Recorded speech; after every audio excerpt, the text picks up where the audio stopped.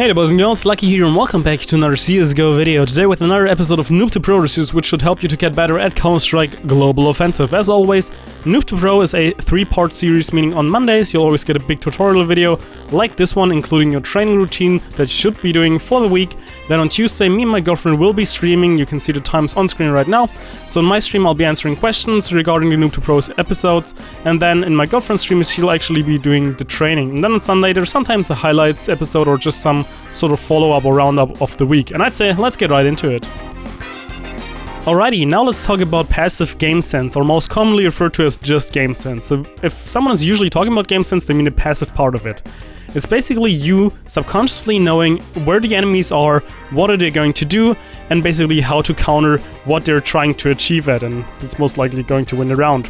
You can only really acquire passive game sense by putting in like many hours into the game, by just playing it a lot, gaining lots of experience and basically building up your knowledge off of that. However, there are a couple of tips in order to, well, speed up the process a little bit, which we'll be covering in a second, as well as the active part of game sense. So I'd say let's move on over. Okay, so let's talk about demo reviews now. You want to go to the watch tab, then to your matches, and if you did download them, you can then just click watch on GoTV in order to watch it, or watch your lowlights and highlights if you do not have lots of time, as we do in this video, so we'll be doing this. However, usually you actually want to watch the whole match to really get a grasp of everything that was going on from like the team perspective and all that stuff. Now right here in the lowlights, you always want to ask yourself two questions. First of all, did I deserve to die there? And second of all, did the enemy deserve the kill? So in this scenario right here, you can see that the enemy was properly pre-aiming my head with a close-range pistol in close range. So did he deserve the kill? Yes. Did I deserve to die? Well, obviously as well, yes. I got the first kill and wanted to capitalize on it by pushing him. However, it did not work out. I was too greedy. That was my mistake right here. And that basically granted him an even easier kill. Otherwise, I probably would have been able to just flick to him and still get the kill nonetheless, since I had the better, well, weapon for that situation. However, since he also got my weapon from last round, he again capitalized on me. Same for this round. I did not check the corner properly, even though it was smoked off. I didn't completely check it, and he once again played a close-range angle with a close-range pistol, playing the situation to his advantage in order to capitalize on my mistakes. And by just asking yourself these kind of questions, it will really help you to shorten your game sense, or just your overall knowledge about the game, to better comprehend what was going on. So you'll always know, did I deserve to die right there? Which is basically indicating, did I make a mistake, or well, did the other guy just get lucky? Like, these two questions are basically trying to filter out that. And if you're doing your demo review, even if you cannot do the whole one, you're just doing the lowlights and highlights, it's already like decent, because you just then, by reviewing that, you already know, okay, I did that. Was it good? Was it bad? And this wasn't supposed to rhyme, but yeah, that's basically how it goes.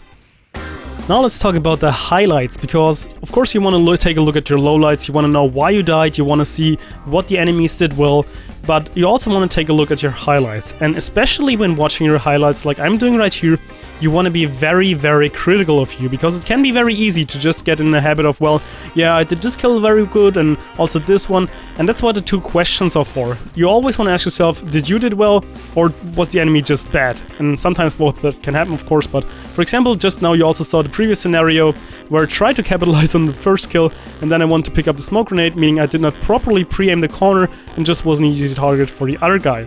Now, let's take a look at another gunfight. I pre-fired the first shot, however I missed. This meant I'm going to rotate over to another position in order to gain the advantage, so he couldn't pre-fire me. So again, asking the same questions. Did I deserve to kill this time around, or did the enemy deserve to die? I think I did deserve the kill, because I was playing tactically to my advantage, repositioning myself in order to get another shot on the enemy while he was going to peek. He also did deserve to die though, because he wasn't pre-aiming the spot where I was moving to, he just went for the same spot again. In that scenario he really shouldn't have re-peeked, since I had the AWP, I was a more dangerous target. However, in this game everyone on short was kind of rushy. Okay, so now you guys saw what kind of questions you gotta ask yourself in order to properly analyze the situations, at least when it's coming to gunfights. There's a lot more to demo reviewing than just that. You also want to see like the team composition, you want to see how you kind of set up yourself, proper usage of grenades, of flashbangs and stuff like that.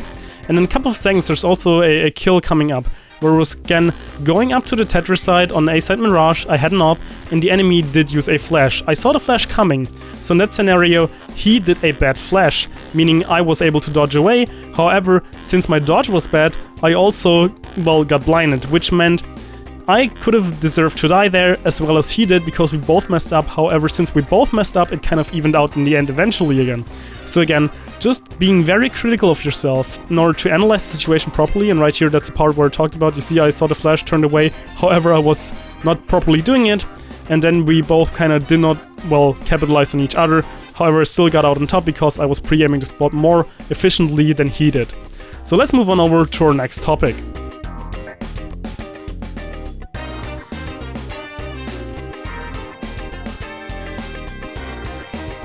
Alright, next about pro matches. Once again, in the game you can go to watch then tournaments, and right here you'll see the major Valve sponsored tournaments and how the pros are playing. Just watching pro plays can really help you out quite a bit. For example, right here we're spectating a game of Virtus Pro versus SK. That was the semifinals of the last ESL Cologne, I believe. And just analyze what happened right here. He was playing close range favor with his pistol, he was checking the spots silently, and he also did make use of the peeker's advantage after having checked the spots. So even if you do not completely understand what's going on in the pro demo, just watching it and imitating it will help you a lot. Or for example, you can also slow it down. You can do this by Shift plus F2 in order to, well, see what's going on, give like more time to actually analyze what is going on. In this scenario, 3 versus 1 was an easy kill for the first target. Now you can see how properly he's checking each corner, then he ducks away right here and jumps over to properly prevent a headshot from a close range pistol, and then again they set up a crossfire from the guy who was throwing the molly, and then fallen itself right here with deagle. And then he's just holding this angle because he got control up until this point where he's looking at over the map, meaning his teammates can properly clear in. So just watching them on Twitch or in the game will help you out a lot.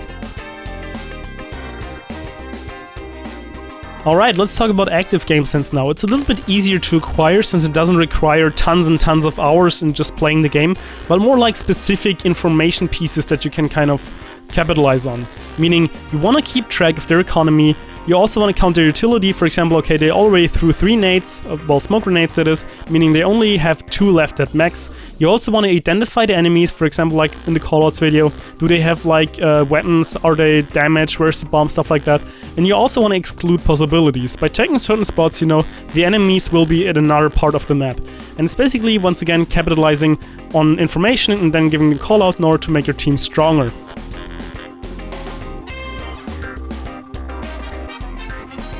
Now, decision making can be active and passive as well. However, I listed it with active because you can actually do that without like needing tons of hours. So right here you see me checking just the spots, and I'm kind of excluding the possibilities that might be able to happen right here. So I'm planning a bomb. This means someone is probably coming from short. My game sense telling me that. Okay, the guy on short is dead, so you can now check another spot. For example, right here in CT. Okay, 2 are dead from that side. Probably one is rotating from behind at long, for example. So the next spot to check, if I decide to do so, would be at long. And of course there's someone, now the last guy's probably at B, rotating over right now. And even though missing the first shot, I see I cannot repeat the same corner again. So what I do is I'm going for a risky move, jumping over right here and going for the kill. That's just basically excluding possibilities and trying to get better with them. Okay, now let's talk about the training routine for this week. So as always, you still want to train your aiming, your pre-aiming, your crosshair placement, your tracking, spray control, trigger discipline, bursting, tapping, movement just in general, your stutter stepping, your strafing, strafe jumps, surfing, all of that. Because only when your basics are really like spot on, only then you'll be consistently good. So make sure to still practice them, to still get better and still grind up those skills. Now, this episode was about game sense, and as I said before, game sense is something that cannot be acquired very easily, meaning that you have to put in like even more hours to get good at the game. Just practice, practice, practice, play like many matchmaking games, many competitive games in order to get a like grasp of what's going on to better understand the scenario. But as I said, also, there are a couple of tips that might help you to, well, acquire the game sense a little faster. And by that I mean demo reviews. So this week, you want to try to review one of your own demos, meaning that if you're playing a matchmaking game, you want to after that download your demo and then just watch the game. See what you did well in, see what you did like bad in, and try to analyze yourself in order to see where your problems are, your weak spots, in order to work on them, but also check out like what you're good at in order to, well, capitalize on that even more to kind of like find a role that you're maybe fitting in.